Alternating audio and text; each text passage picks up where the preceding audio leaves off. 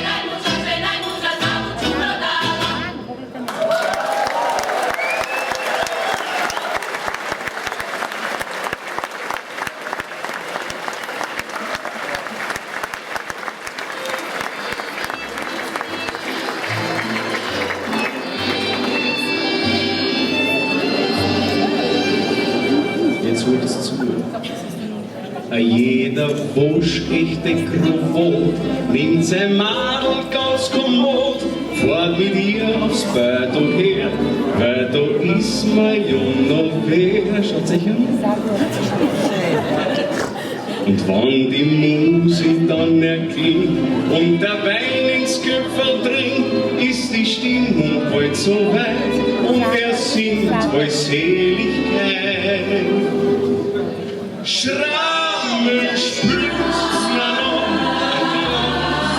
von Schönbrunn, vom Herz auf Haus. Eine Bolzer wieder schön und das Maler während Drehen. Spürt's mir Schrammel, spürt's mit Glück. Heute ist es nicht so gut. Für die Söhnschaft schnell.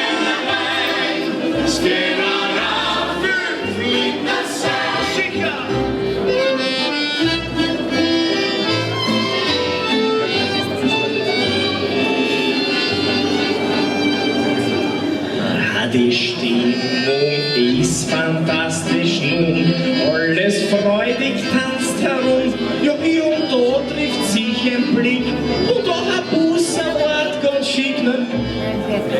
Aber noch ein Tanzer geht sich aus, keiner will so schnell ins Haus, weil er lacht wie diese Ei.